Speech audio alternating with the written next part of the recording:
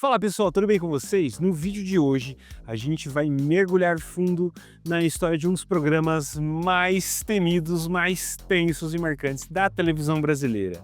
Sim, estou falando dele, do Linha Direta. Eu vou te mostrar os bastidores, os casos mais bizarros, o impacto real na sociedade e os motivos por trás da volta desse formato depois de 15 anos, além do seu novo cancelamento.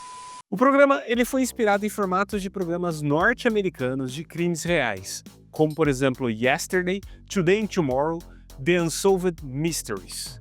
A ideia era clara, era levar à TV casos policiais não solucionados e incentivar com que os telespectadores ajudassem nas investigações, fornecendo pistas que levassem à prisão desses foragidos. Muita gente acha que o Linha Direta começou lá no ano de 1999, que de fato é a data que foi a estreia oficial. Mas a verdade é que ele começou muito antes disso. Lá em 1990, ele era apresentado pelo comunicador Hélio Costa. Só que essa primeira versão ela teve uma vida bem curta, cerca de 4 meses, entre março e julho de 1990. Com exibição todas as quintas-feiras às 10h50.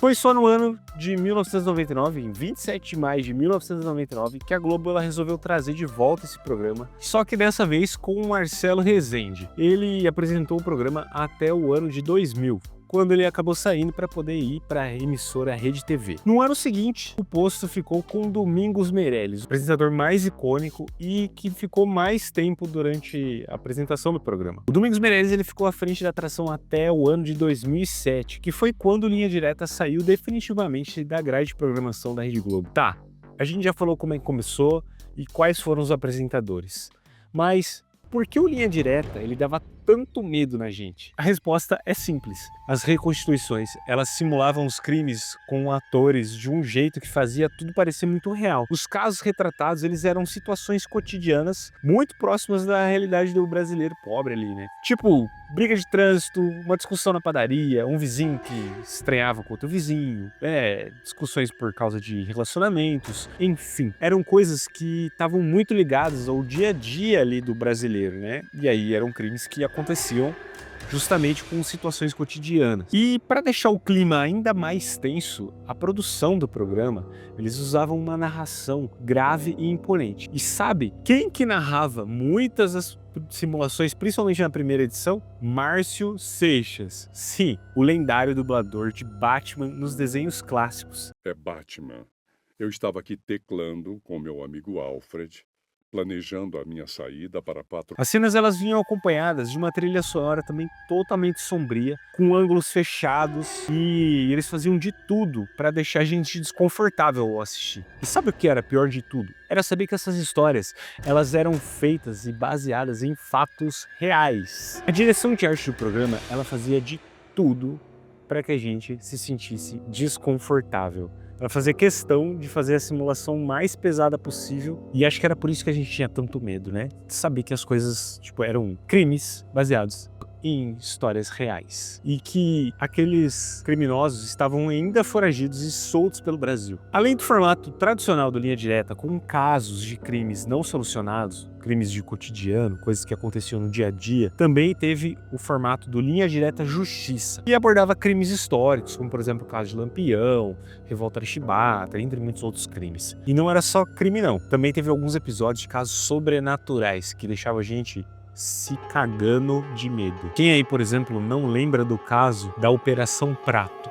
Cara, esse eu nem cheguei a dormir nesse dia que eu assisti esse episódio. Tá, mas e aí? Vamos relembrar alguns casos aqui? Só alguns casos assim mais arrepiantes. O primeiro caso que eu vou relembrar aqui é o das máscaras de chumbo. Cara, o menino tava simplesmente caçando passarinho lá com uma espingardinha de pressão numas montanhas, uma área montanhosa ali do Rio de Janeiro, do estado do Rio de Janeiro. Quando ele acabou no topo de uma montanha encontrando 2 corpos de 2 homens, né? Que estavam ali caídos no chão, sem nenhum ferimento, sem assim sinal de luta, sem sinal de nada, e tinha 2 máscaras de chumbo na lateral ao lado desses corpos. Essas máscaras de chumbo, na verdade, eram tipo óculos, assim, mas eram feitos totalmente de chumbo. E aí gerou todo tipo de especulação. Esse crime não foi resolvido. Muita gente achou que eles teriam cometido algo contra a própria vida deles ali. E também tinha gente alegando que eles tiveram contatos com seres extraterrestres. Tanto que gerou uma movimentação da comunidade ufológica em cima desse caso, justamente pelo fato de que tiveram várias coisas estranhas. Como, por exemplo, logo que a polícia chegou à perícia, eles usaram formol direto nos corpos, o que dificultou ainda mais as investigações.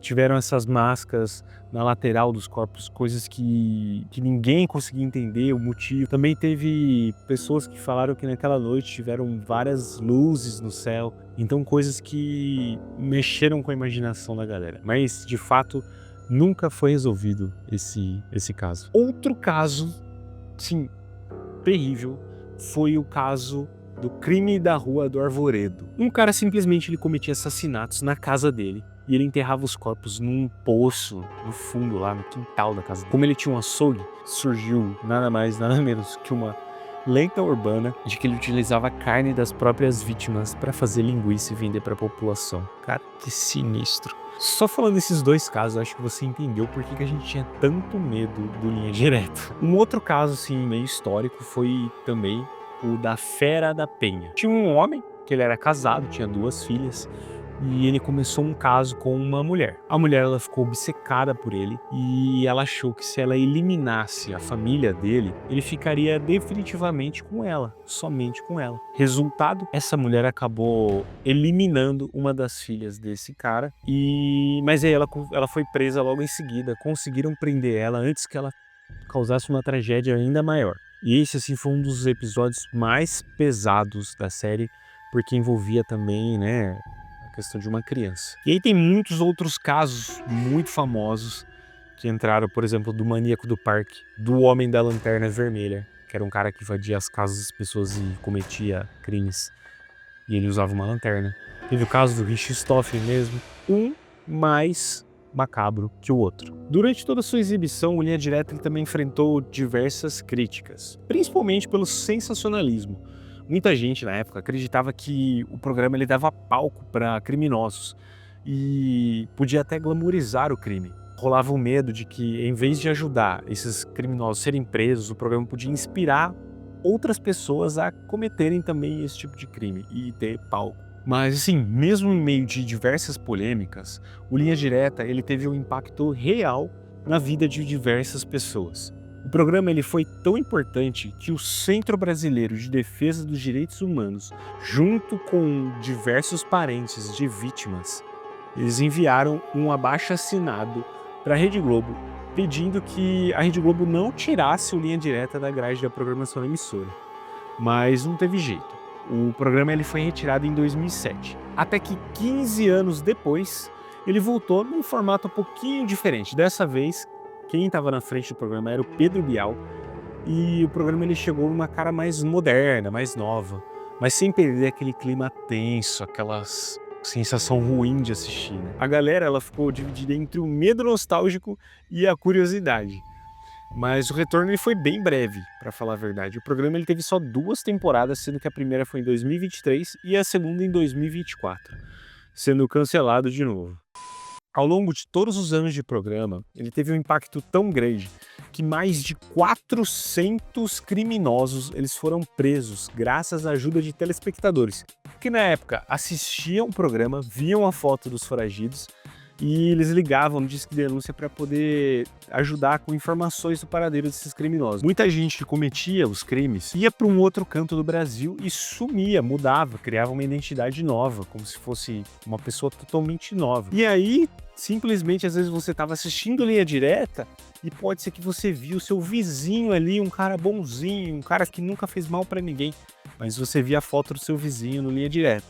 E quando ligava, pode ter certeza que ele ia ser preso. O Linha Direta ele foi amado por muitos e temido por muitos outros. Eu era um dos cagão que ficava com medo de Linha Direta. O Linha Direta ele era muito mais do que um programa policial. Ele era tipo uma espécie de retrato do Brasil real, onde a justiça nem sempre vem rápido e onde a TV, por incrível que pareça, ajudou a mudar diversas vidas e a salvar diversas vidas com a prisão de diversos criminosos. E agora eu gostaria de saber aqui, você tinha medo do Linha Direta? Qual caso te marcou mais? Você gostava mais dos casos paranormais ou daqueles casos policiais mesmo, com crimes reais? Diz aqui nos comentários. Se você gostou desse vídeo, por favor, se inscreva no canal, deixe o seu like e compartilhe com aquele seu amigo que também tinha medo do Linha Direta. Muito obrigado pela sua audiência, eu te vejo no próximo vídeo, até mais.